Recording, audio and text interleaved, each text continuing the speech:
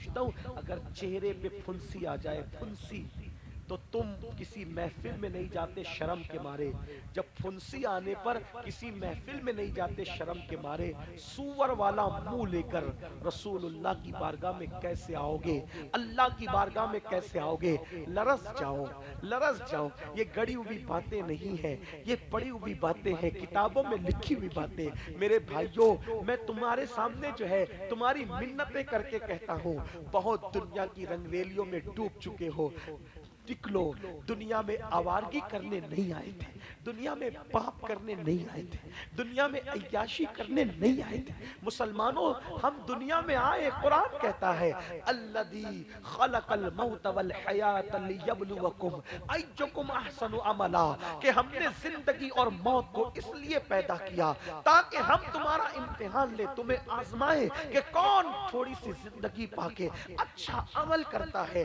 देख लो यजीद की जिंदगी और देख लो इमाम हुसैन की जिंदगी। यजीद ने नमाजें छोड़ी, यजीद ने शराब आम किया, यजीद ने औरतों पे पाप की नजरें डाली। वो बादशाह था, अल्लाह ने उसको दौलत दी, उसने अय्याशी की, पाप की, आवारगी की। आज उसकी कब्र का निशान मौजूद नहीं है। 15 बेटे छोड़ के मरा था, एक भी बेटा उसकी नस्ल में मौजूद नहीं। मेरे हुसैन ने अल्लाह के दीन पर अपना सब कुछ लुटा दिया, भूखे प्यासे रहे मगर नमाज नहीं छोड़ी, इबादत नहीं छोड़ी। अरे तारीख की औरात गवाह है कि कटा हुआ सर है, नेज़े पे चढ़ा है, लेकिन हुसैन बता रहे हैं मेरे जिस्म का ताल्लुक मेरे सर से खत्म हो गया है, लेकिन तिलावत कुरान करके बता रहे हैं अब भी कुरान से मेरा रिश्ता मौजूद है। नेज़े पे कुरान सुना करके बताया, कुरान से अब भी मेरा रिश्ता नहीं टूटा। जिस्म से सर का रिश्ता तो कट चुका है, लेकिन कुरान से मेरा रिश्ता अब भी बाकी है। मेरे इमाम ने नमाज पढ़ी, सिरात मुस्तकीम पे रहे, सच्चाई पे रहे, अल्लाह के दीन पे इस्तिकामत के साथ डटे रहे। क्या हुआ? एक बीमार छोड़ कर गए, एक बीमार। आज मुसलमानों की कोई बस्ती ऐसी नहीं है जहां इमाम हुसैन की औलाद न रहे। इसलिए यजीद को इबरत की निगाह से देखो, चलते फिरते यजीद मत बनो, अल्लाह की बारगाह में रुजू करो, तौबा करो। पता नहीं किसकी जिंदगी कब है, कब तक है, हमें नहीं पता। ये मत सोचना मेरे भाई, बस गुफ्तगू एंड की तरफ जा रही है। खुलासा कलाम के जवानी में गुल छद्दे उड़ाऊंगा, ऐश करूंगा, जब बूढ़ा हो जाऊंगा तब तौबा करूंगा। जवानी में भी मौत आती है, आ सकती है। आज अभी तौबा करो, अभी पलटो, अभी पलटो, अभी वापस आओ, अभी वापस आओ।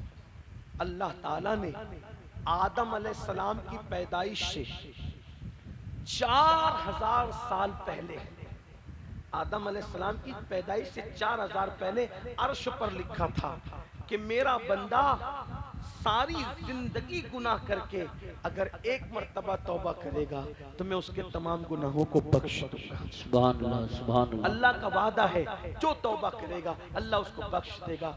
आइए दीन की तरफ वापस आइए, बेनमाजीपन छोड़िए, नशे की आदत छोड़िए, झूठ की आदत छोड़िए, पाप की आदत छोड़िए। गुनाह के अंदर सुकून नहीं है, गुनाह के अंदर इत्मीनान नहीं है, और अगर गुनाह करते रहे तो इमाम अली मकाम की आपसे जंग है।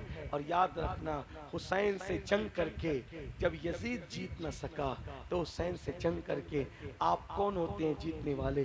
तबाह हो जाओगे, नस्लें मिट गई यजीद की। अल्लाह अकबर। अगर तुमने भी किरदार यजीद इख्तियार किया तो तुम भी तबाही के दहाने पे पहुंचोगे।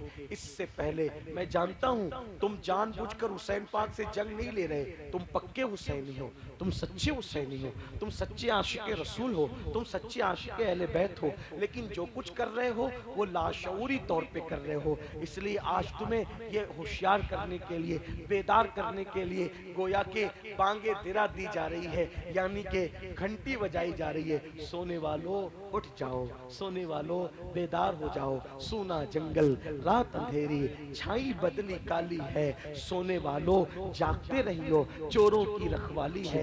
अगर आप इमाम आली मकाम के किरदार पर अमल करोगे तो देखना फिर मेरे हुसैन का करम कैसे छमाछम तुम्हारे घरों पे बरसेगा, मेरे इमाम आली मकाम का करम किस तरीके से तुम्हें ऊपर उठाएगा। मेरा हुसैन ऐसा बादशाह है, मेरा हुसैन ऐसा ताजदार है, मेरा हुसैन ऐसा आका है, अपने मानने वालों को कभी महरूम नहीं किया, अता पर अता किया, देने वाला बना दिया, मंगतों को दाता बना दिया, गरीबों को आका बना दिया, भिखारियों को बादशाह बना दिया। हुसैन ऐसा बादशाह है, इसलिए आइए अपनी जिंदगी बदलिए, अपनी जिंदगियों में इंकलाब पैदा कीजिए, अपने अल्लाह से वादा कीजिए कि मौला आज से पहले मुझसे जो कुछ हुआ मैं तेरी बारगाह में तौबा करता हूँ, मुझे माफ कर दे। क्या आपको नहीं पता हुर ने सारे जराइम किए, लेकिन जब आकर के मेरे इमाम से माफी मांगी तो मेरे आका ने हुर को माफ कर दिया और हुर को आजाद कर दिया, हुर को जन्नती बना दिया। आइए जहन्नमियों के खेमे से निकलिए। आजकल हमारे दिमाग में क्या खौफ सवार है, मैं अपने उलमा की तवज्जो, जहन्नम में कौन जाएगा पता है? सिर्फ वो 72 फिरके जाएंगे बस।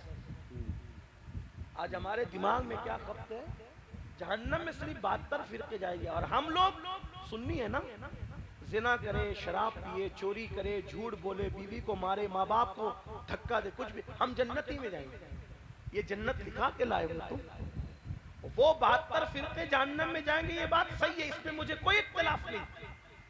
लेकिन ये जो आपका खप्त है कि हम कुछ भी करें जन्नत में जाएंगे, ये धोखा है, बेशक बहुत बड़ा धोखा है। यहाँ इमामुल मुतकल्लिमीन अल्लामा नकी अली खान पहुंच करके बहुत बड़ी बात कहते हैं। फरमाया ये फिक्र रखने वाले यहूदियों से भी 2 कदम आगे निकल गए। मतलब यहूदी तो बस इतना कहते थे कि हम कुछ भी करेंगे, चंद दिन जहन्नम में रहेंगे फिर जन्नत में चले, यानी उनको ये था कि हम चंद दिन जहन्नम में रहेंगे, लेकिन ये मेरी कौम ऐसी कंफर्म जन्नत लेकर के आई है कि कुछ भी करो, कलमा याद नहीं फिर भी ये जन्नती है, गुसल नहीं फिर भी ये जन्नती है, वुजू का ढंग नहीं फिर भी ये जन्नती है, पूरी जिंदगी नमाज पढ़ना नहीं सीखा फिर भी जन्नती। तुम भी धोखे में हो। और अगर आपके स्टेज से ऐसे पापियों को कोई जन्नत बांट रहा है तो अल्लाह की अदालत में वो भी जवाब। बेशक बेशक बेशक हक, नमाज छोड़ के जन्नती हो। और फिर तुम्हारे पास कुछ ऐसे पीर फकीर आते हैं जो कहते हैं अरे हम है ना, हम है ना, तुझे क्या पड़ी है, हम बचा लेंगे। मैं कहता हूँ ये बात किसी अल्लाह वाले ने कभी नहीं जी, बेशक बेशक ये बात अल्लाह के रसूल ने खुद नहीं फरमाई, अल्लाह के रसूल ने खुद नहीं फरमाई कि जो चाहो करो मैं बचा लूंगा, बल्कि हुजूर ने अपने खानदान के लोगों से, हुजूर ने अपने खानदान के लोगों से कहा ए बनु हाशिम, हुजूर अपने खानदान वालों से कहे ए बनु हाशिम अमल करना, अमल, कहीं ऐसा ना हो कि दूसरे लोग अमल लेकर आए और तुम सिर्फ नसब लेकर आओ, जिसको अमल ने पीछे कर दिया उसको नसब कभी आगे नहीं कर सकता। अल्लाह अल्लाह, हुजूर ने अपने खानदान वालों को नसीहत फरमाई। और आज हम सिर्फ लोगों की चापलूसी की खातिर लोगों को भी धोखा दे रहे। अब इनको देखो मुफ्ती सलीम को, ये अल्लाह वाले, इनको देखो जन्नती हो जाओगे, ये देखो इनको ये जन्नती हो जाओगे। पागल हुए लोग, जिनके चेहरे दिखाकर जन्नत बांट रहे हो इस बेनमाजी कौम को, जिनको कलमा नहीं आता। क्या जिसका चेहरा दिखा के जन्नत बांट रहे हो उसका भी जन्नत में जाना यकीनी है? हाय हाय हाय, उसके ईमान पे खात्मे की क्या गारंटी है? सही बात, गौसे आजम रोते ईमान पे खात्मे के लिए, बेशक सरकार गौसे पाक जिसकी ठोकर से मुर्दे जिंदे हुए वो रोते ईमान पे खात्मे के लिए, गरीब नवाज रोते ईमान पे खात्मे के लिए। और आज हम इतने बेबाक, हमारे घरों का हाल ये है कि घर की फ्रिज में शराब रखी हुई है और हमारी जन्नत ही नहीं जाती। इसीलिए गालिब ने कहा था रिंद के रिंद रहे हाथ से जन्नत लगे। मेरे भाइयों बदलो अपने। और उलमा जब नसीहत करते तो लोग हंसते हैं, जुमा के दिन क्या करेंगे, अरे मौलाना तो बहुत लंबी तकरीर करते हैं यार, छोड़ अभी क्या जाना, अभी बोलेंगे इससे बचो उससे बचो, ये मत करो वो मत करो। उलमा से दूर रहने वालों, तुम्हारी सबसे बड़ी तबाही की वजह उलमा से दूर रहे। बेशक सरकार गरीब नवाज फरमाते हमारे दौर में हमारे दौर में एक शख्स मरा, तो जब उसको उसकी कब्र में रखा गया तो उसका मुंह किबले की तरफ करते थे, तो उसका मुंह किबले की तरफ नहीं होता था। अल्लाह लोग करते थे फिर जाता था, फिर करते थे फिर जाता था। तो एक साहिब कश्फ बुजुर्ग है, फरमाया इसका मुंह किबले की तरफ करना छोड़ दो, इसका मुंह कभी किबले की तरफ नहीं हो सकता, इसलिए कि ये उलमा मशाइख को देख करके गुरूर की वजह से अपना मुंह फेर लिया करता। अल्लाह। तो जो उलमा से अपना मुंह जीते जी फेर लेता था, अब मरने के बाद किबले की तरफ उसका मुंह नहीं रह सकता। अल्लाह। आजकल उलमा की क्या इज्जत कर रहे, इमामों की क्या कदर कर रहे हो। मैं लोगों को कहता हूँ, लोग मुझे मेरे खिलाफ ट्रेन चलाते हैं, लोग मेरे खिलाफ बातें करते हैं, मैं कहता हूँ मुकर्रिरों को बुलाते हो, हजारों रुपए देते हो, मस्जिद के इमाम की क्या खिदमत करते हो, नात खानों को बुलाते हो, हजारों रुपए देते हो, अपने इमाम की क्या खिदमत करते हो। बल्कि इमाम का हाल क्या है, बड़ी माजरत के साथ, अगर स्टेज सजेगा तो जो कभी जिंदगी में आपके गांव में नहीं आया वो आगे बैठेगा, और मस्जिद का इमाम सबसे आखिरी में पीछे बैठेगा, उसको धक्के दे के पीछे बिठा।